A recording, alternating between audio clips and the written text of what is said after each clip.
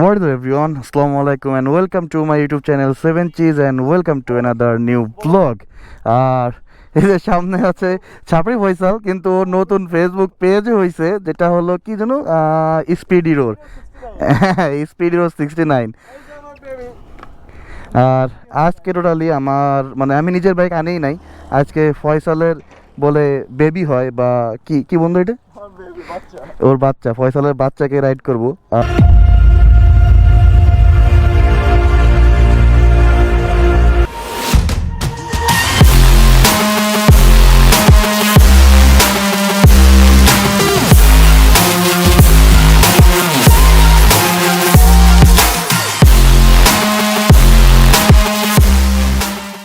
আর এটা হলো Suzuki Gixxer FI ডিক্স, মানে এটা এবিএস না, এফআই ভার্সন।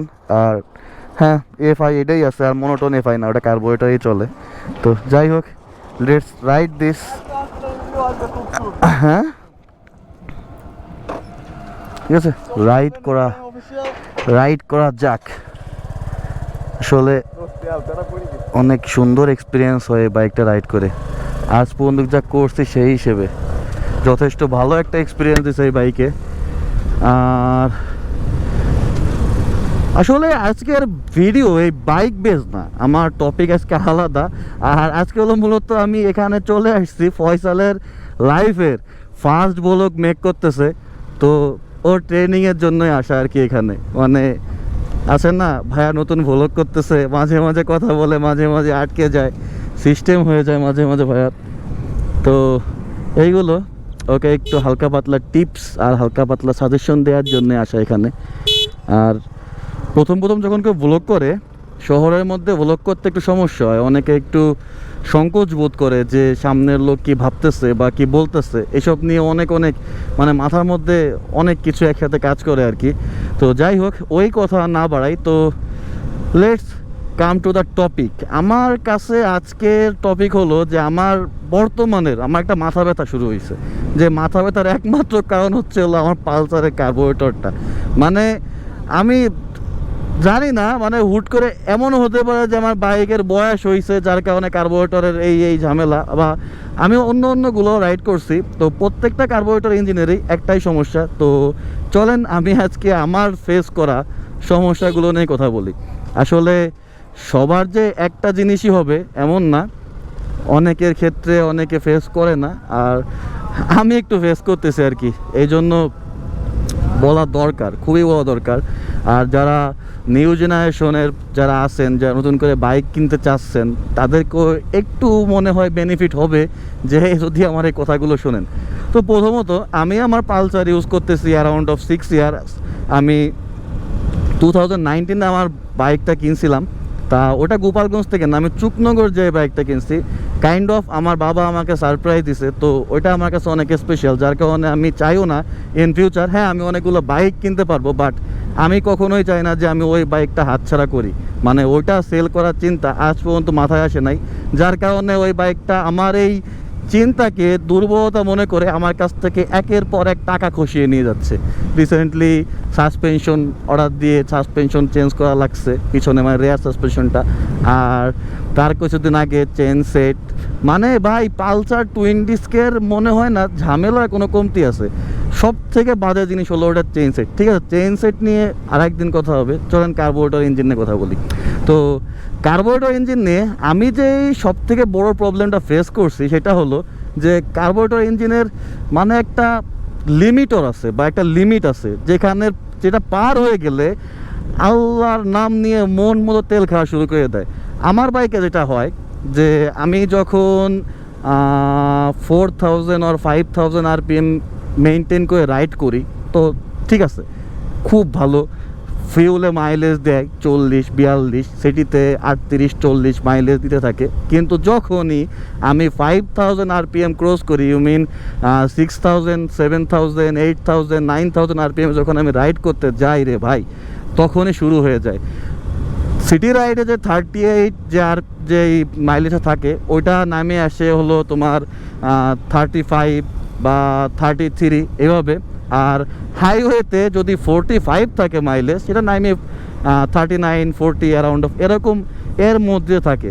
তো মাইলেজ নিয়ে সব থেকে বেশি প্যারা খাওয়া লাগে কার্বোরেটর ইঞ্জিনে। মানে এটা আমি দেখছি এফআই ইঞ্জিনের ক্ষেত্রে হয় কি যে টুকটাক হালকা পাতলা স্পিডিং করলেও হাইওয়েতে বিশেষ করে মাইলেজটা ধরেই রাখে, আরও বাড়ে। টুকটাক স্পিডিং 7000 পর্যন্ত আরপিএমে বাইক রাইড করলে মাইলেজটা ধরে রাখে বা একটু বাড়ে। বাট কার্বোরেটরের ক্ষেত্রে যায় এটা হয়ে যায় উল্টা, 7000 আপ করেন বা 5000 আপ করেন, মাইলেজ বাড়ার তো নাম নাই, উল্টো কমতে থাকে।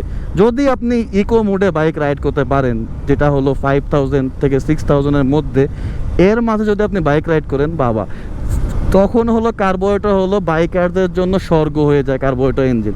মানে কি যে ভালো, সব থেকে ভালো মানে ইঞ্জিনই কার্বোরেটর ইঞ্জিন। কিন্তু যখন একটু টান দিতে যাবেন বা একটু ফিল নিতে যাবেন, যেমন আমার কাছে এই ওয়েদারে আমার মনে হচ্ছে আমি বাইক ছিঁড়ে ওয়েট আনি, বাট সম্ভব না। এটা ব্রেকিং পিরিয়ড মনে হয় এখনও চলতেছে, এজন্য আমি সিরা ওয়েট আনতে পারবো না। যাই হোক, কার্বোরেটর ইঞ্জিনের প্রথম সমস্যা।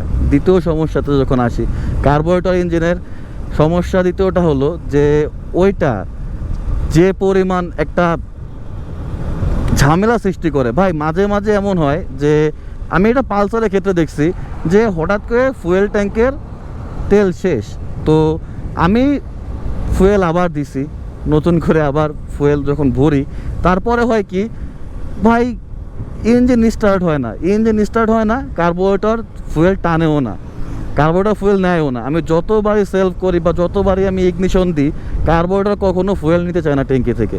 আমার তখন ওই ট্যাঙ্কি আর কার্বোরেটরের মাঝে যে পাইপ লাইন, ওই পাইপ লাইন খুলে মুখ দিয়ে টাইনে তেল বের করে তারপর আমার দেওয়া লাগে কার্বোরেটরের সাথে কানেক্ট। এটা হলো দ্বিতীয় প্যারা। মানে এরকম প্যারাগুলো ফেস করতে করতে ভাই আমি এখন টাইপ অফ হয়ে গেছি হতাশ। মানে কি বলবো, আমার কাছে এখন কাইন্ড অফ ভালোই লাগে না। আমি এই জন্যই তো বললাম যে আজকের টপিকটা হলো ওইটাই, যে কার্বোরেটর আমার মাথা ব্যথার কারণ হয়ে গেছে। আর যারা নিউ জেন বাইক কিনবেন বা যারা নতুন জেনারেশন বা আমাদের যারা ইয়ং জেনারেশন আছেন বা যারা বাইকার্সরা আছেন, আমি যদি কেউ আমাকে দেখেন বা শুনে থাকেন, তাহলে আমি সবাইকে এখন সাজেস্ট করবো যে ভাই সব কিছু আপডেট হচ্ছে, আমাদের জীবনযাত্রার মানও চেঞ্জ হচ্ছে, সব কিছু চেঞ্জ।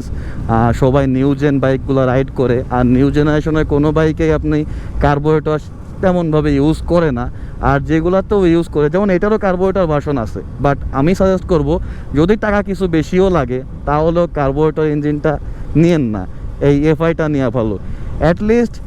হ্যাঁ, অনেকে বলবেন যে ভাই এফআইতে কস্ট অনেক, এফআই নিয়ে প্যারা অনেক, ফুয়েলটা খুব ভালোভাবে মেনটেন করা লাগে, ভালো ফুয়েল দেওয়া লাগে। ভাই এই সব জিনিসগুলো না খুবই তুচ্ছ বিষয়। আপনি যদি চান, যদি একটু খেয়াল করে ফুয়েল দেন বা একটু খেয়াল করে বাইক রাইড করেন, তাহলে আপনি এগুলো মেনটেন খুব ইজিলি করতে পারবেন। এটা কোনো মনে করেন তেমন কোনো একটা বড় বিগ ডিল না, বাট কার্বোরেটর আপনাকে বিগ ডিল ক্রিয়েট করা শুরু করবে। হ্যাঁ, প্রথম 1 বছর 2 বছর 3 বছর পর্যন্ত কার্বোরেটর খুবই স্মুথলি, বা অনেকের আছে যে প্রথম 6 মাসের মধ্যে কার্বোরেটর গেছে, কার্বোরেটর থেকে সে পারফরমেন্স পাচ্ছে না। আবার নতুন যে কার্বোরেটর ইঞ্জিনগুলো আসতেছে, সব থেকে বেশি ডিফল্ট হচ্ছে বাজাজের নতুন যে কার্বোরেটর ইঞ্জিনগুলো প্রত্যেকটাই ডিফল্ট। আর ট্যাঙ্কি মেনকি মানে ওদের ফুয়েলের যে কানেকশনটা আর কি, যেটা কানেক্টিভিটি যেগুলো আছে, যেগুলো দরকার, ওই প্রত্যেকটা জিনিস ওরা ডিফল্ট করে ছাড়তেছে। আমি জানি না ওরা ছাড়তেছে নাকি, বাট ওইগুলো ডিফল্ট বেশি ধরা, মানে ডিফেক্ট বেশি ধরা পড়তেছে। তো যাই হোক, যদি আপনারা এখানে কার্বোরেটরটা স্কিপ করে আপনারা এফআইতে যান, ফুয়েল ইগনিশনে যান, তাইলে আপনার ওইসব প্যারাগুলো ভোগ করা লাগবে না। যেমন আপনি যখন বাইক কি অন করবেন, তখনই দেখবেন যে সুন্দর মতো ফুয়েলের যে আপনার এফআই যে মোটরটা আছে, ওটা নিরিবিলি নিজেই ট্যাঙ্কি থেকে ফুয়েল টানতে নিচ্ছে প্রথমেই।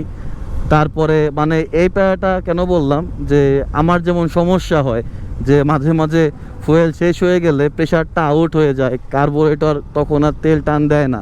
আমার নিজের মানে কষ্ট মষ্ট করে ঠেলাঠেলি করে অনেক গুতাগুতি করার পর ফুয়েলটা দেওয়া লাগে।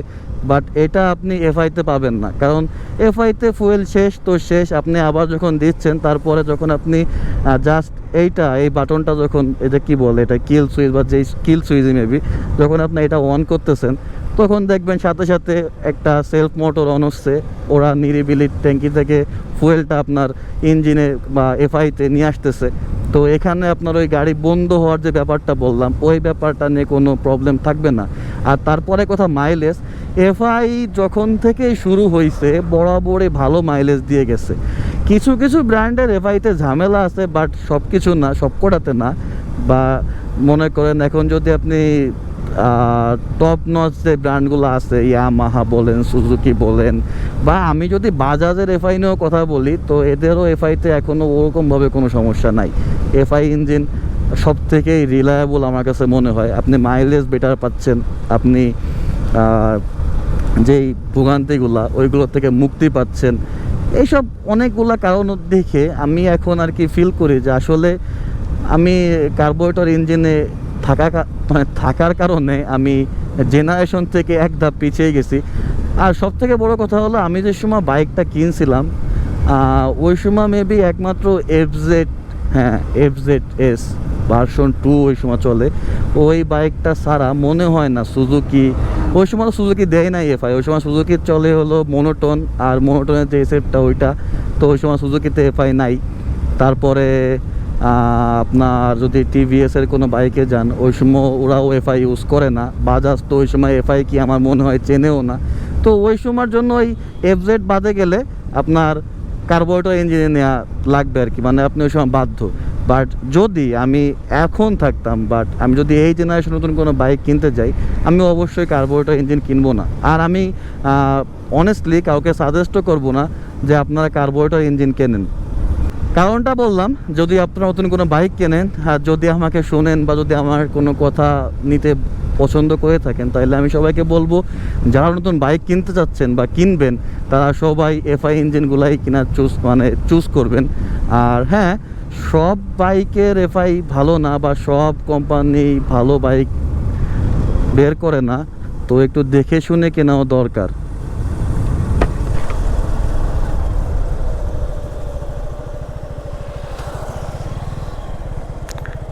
কি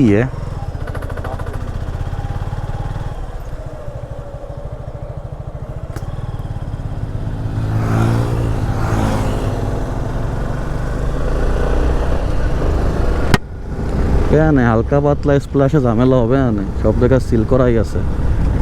এই একটা সাইড শুধু আনসিল্ড, তো এই সাইডটা নেই প্যারা। তো এনিওয়েজ গাইস, সবাই ভালো থাকবেন, দেখা হচ্ছে একটা নতুন ভ্লগে। যদি ভ্লগটা ভালো লাগে, ইনফরমেটিভ লাগে বা যদি ইউজফুল হয়, তাহলে চ্যানেলটাকে সাবস্ক্রাইব করে দেবেন। আর ভ্লগটা যদি ভালো লাগে তাকে একটা লাইক দিয়ে যাবেন, যাতে আমার একটু ফিড ডিস্ট্রিবিউশনটা বাড়ে। আল্লাহ হাফেজ, সবাই ভালো থাকেন, দেখা হচ্ছে একটা নতুন ভ্লগে সামনের দিন। এখন থেকে মেবি উইকলি 3টা ভ্লগ আপলোড হবে, তো সবাই টিউন থাকেন। এনি টাইম দেখা গেল যে আপনাদের ইউটিউবে নোটিফিকেশন চলে গেছে, you had 7 uploaded a new video. তো যদি এটা দেখেন, আমি চাই যারা আমার ফলোয়ার্স বা আমার সাবস্ক্রাইবার্স, আমার ফ্যামিলি মেম্বার যারা আছেন, সবাই এটা ক্লিক করেন, ভিডিওটা দেখার চেষ্টা করেন। আল্লাহ হাফেজ, দেখা হচ্ছে একটা ভ্লগে, ভালো থাকবেন ততদিন।